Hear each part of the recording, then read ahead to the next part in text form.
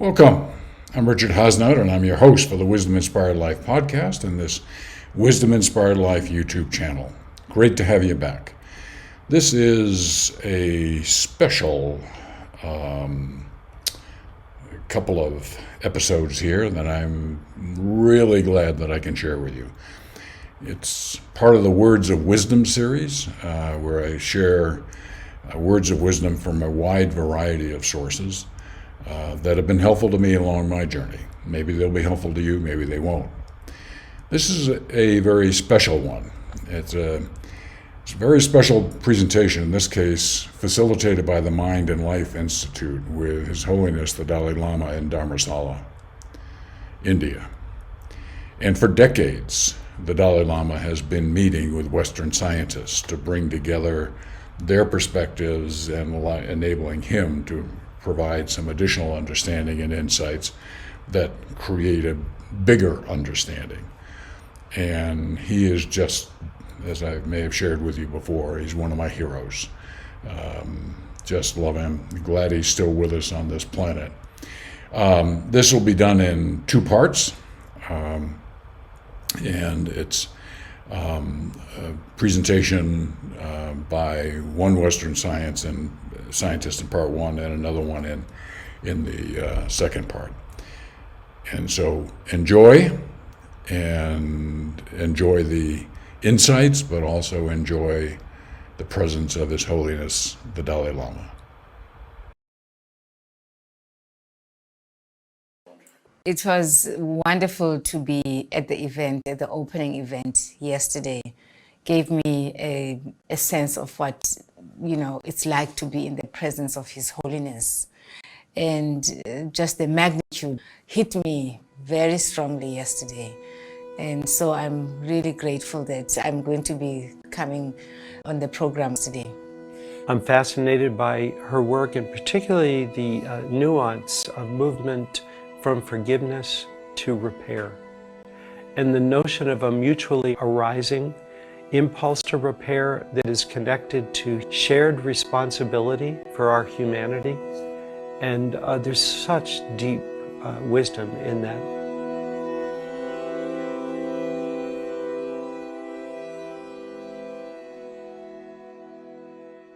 Your Holiness, thank you again for welcoming all of us into your home. And today we turn our attention to something you speak about often.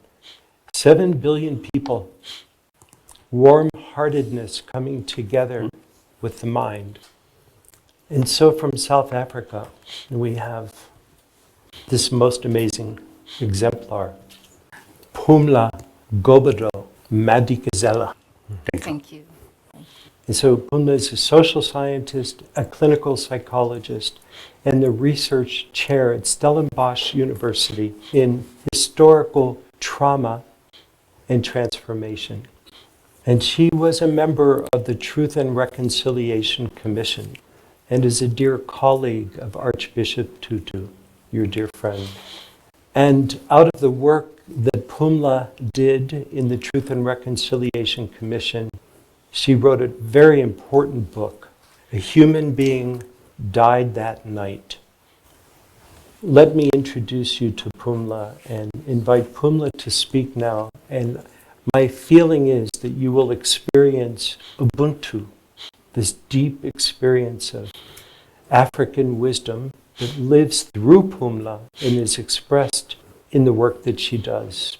Thank you very much, Aaron. First, thank you so very much for allowing me to be in this space in your home. Your Holiness, I've been asked today to speak about my work on Ubuntu, especially how I have connected it to the work of forgiving that has emerged from what we did at the Truth and Reconciliation Commission. I want to start off by describing it as something that is usually contrasted in the scholarship, in the philosophical literature, with the Cartesian idea that I think, therefore I am. Ubuntu starts from the premise that the notion of a unitary individual is based on a false premise. that our human subjectivity is interconnected to the world of others, to the community, our communities, inextricably bound to others. And that's a powerful context within which to begin the conversation about this notion of Ubuntu. And Your Holiness, I'll say it in my language first, and then I'll translate it. I'll say what it means. In my language, we say, Umntu ngumntu ngabanye abantu. Literally, that means a person is a human being or becomes a human being through other people. It's this idea of the inextricably boundedness, which means the richness of our subjectivity, of who we are as human beings, is always in relation to others. And this is why when Nelson Mandela came out of prison, he insisted that this concept of Ubuntu becomes a part of our constitution after apartheid. And so all our policies, human rights policies, the courts, and even the work of the Truth and Reconciliation Commission, on which Archbishop Tutu presided, that policy was very much designed around the idea that we are now proceeding after apartheid from this separation to a process that connects us. And the principle that guided that work was this principle of Ubuntu, the interconnectedness.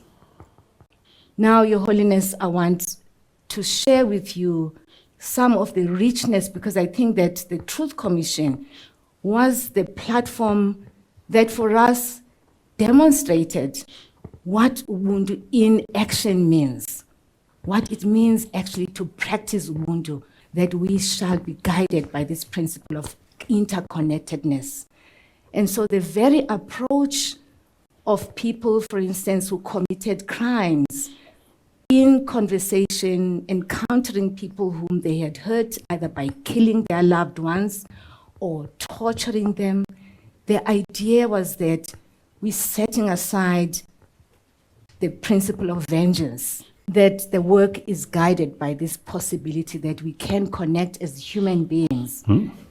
So I want to share with His Holiness now some examples that demonstrate, that illustrate the work of Ubuntu. And it's an example from an experience of a group of women, of mothers, whose children were murdered by the police, security police of the apartheid government. They had not done anything. They were young Black people wanting change in their lives, and they were just identified by the police, and they used a Black person to lure them, to bring them into this, where the police could kill them. And so the Truth and Reconciliation Commission was a process where people shared their experiences of this past. And these mothers came to the commission to tell the story of the loss of their children. And this man who was responsible for the murder of their loved ones was also at the Truth Commission. He asked to meet with the mothers. He asked us to organize a conversation, a dialogue with the parents, because he wanted to ask for their forgiveness. And I want to share some moments in this meeting between the mothers and this young man. So he approaches them, and the mothers are very angry at him. Why did you do this? You're a Black person. How could you betray your own Black people? And so there's a moment in this course of this very tense period where the young man turns to the mothers and says, and I want to say it in my language, Your Holiness, because it's more powerful in my language. So he turns to them and says, Bazali bam. And when someone says, Mzali wam, Bazali bam, they are addressing them directly, as almost like calling their responsibility as parents on this person who's now begging for forgiveness. And there's a moment there when the mothers, hearing the words this man calling them Bazali Bam, my parents. One of the mothers turns to him and says, "My son, you are the same age as my son." And that moment where she calls him my son, it opens up something in the room, because all the other mothers now are connecting with this man in the language of him being the son. And to me, this captures exactly this idea of the possibility that you can transcend yourself, even if you are wounded, you are hurt, you're carrying this trauma. There is always this possibility that you can relate to this person, even this person who caused you so much harm, that there is always this possibility. And Ubuntu, it seems to me, is that potential, that possibility that this can happen. Wonderful. It's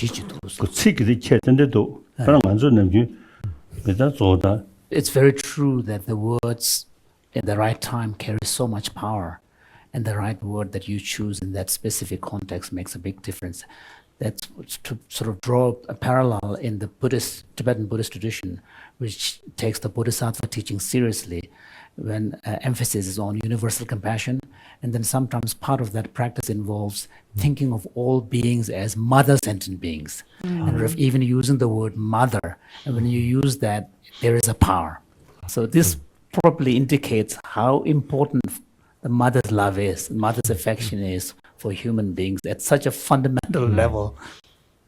And Your Holiness, this is what you're reminding me of, is that in this relationship between the mothers and this young man, something happened to the mothers. When I went back to research, now I've gone back to them to understand when is that moment of transition, of transformation, digging deeper, probing deeper, and the mothers take me to their bodies, and they describe what they call in my language, it is inimba. And inimba is the cord that connects a child to the mother. It's the umbilical cord, but it's actually much more than that. And they describe how this was evoked, inimba was evoked, and that helped them. When I asked them about the moment of transformation, and they said, this inimba is what connects them. And what's interesting, Your Holiness, is that the mothers say to me that it's not even the connection to the man who killed their loved ones, but it's the connection to their mother, even in her absence. So this presence of this mother, and feeling her through their bodies, and which then allowed them to connect via this third presence of a mother who they know because they are mothers too, and finding a connection via her to the son, and being able to open up to the son in this generous way that they did. So I'm very interested now in the role of the body, how important our body is in these relationships of interconnectedness.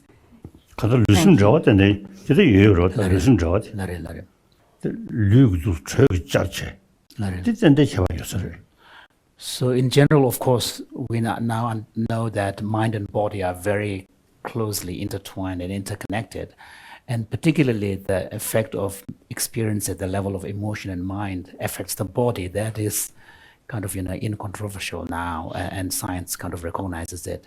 But there might be also a way in which the body itself affects the mind, affects the emotion.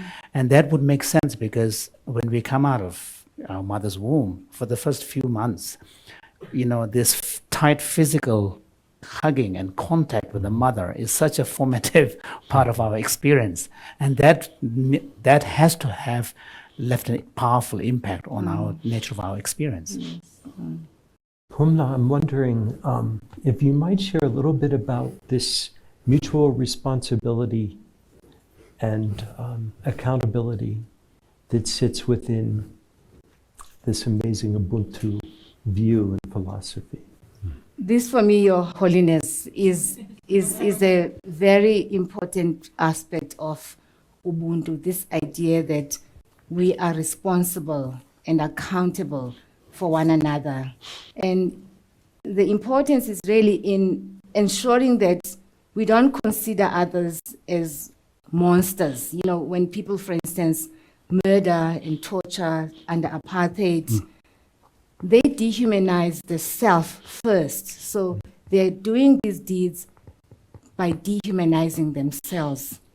And so when we are responsible in a spirit of Ubuntu, when we are responsible for the other, we are really accountable to re-invite them into the world of moral humanity, that this is a chance for them to become human beings, moral human beings, and to shed their dehumanized selves that they use.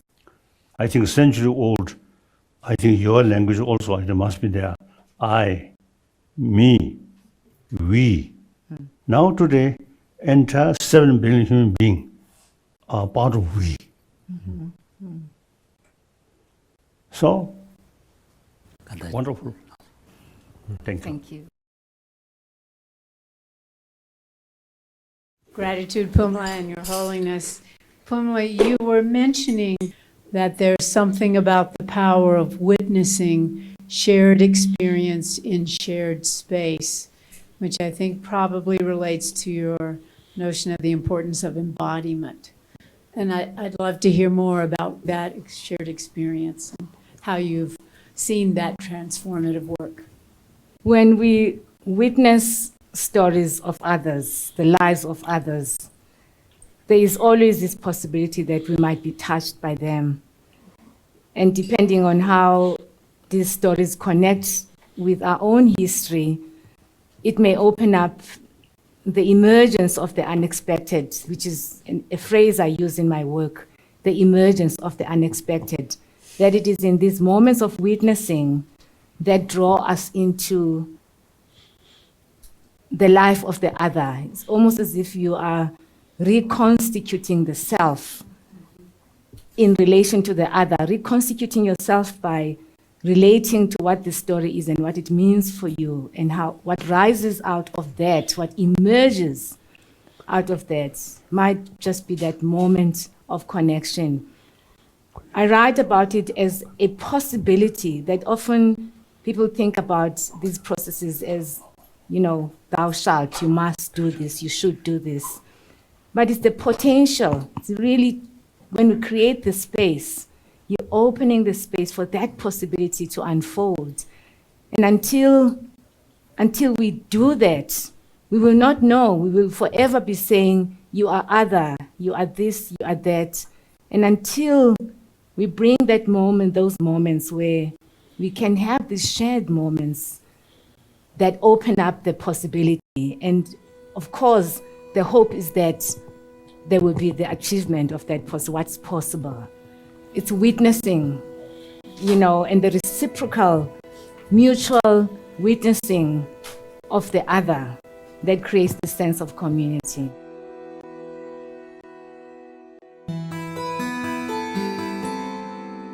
Now, time come, we must make effort to educate human being the importance of warm-heartedness. This marvelous human brain must combine with warm-heartedness. Now, today's world, entire 7 billion human beings are one human community, live on one planet. We have to live side by side on this planet. So individual survival entirely depends on the community. So taking care about community is ultimately taking care of yourself.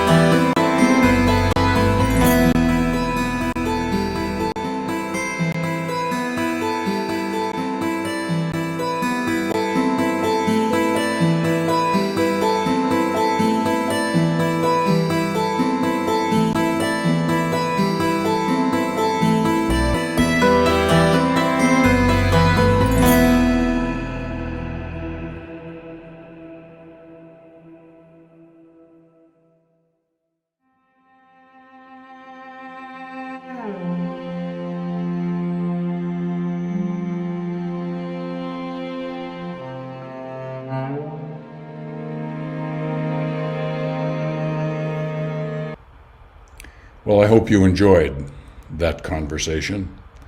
It's very much in tune with what I'm sharing with you on the Wisdom Inspired Life about caring and compassion and altruism and love, all of which helps us live a more wisdom-inspired life.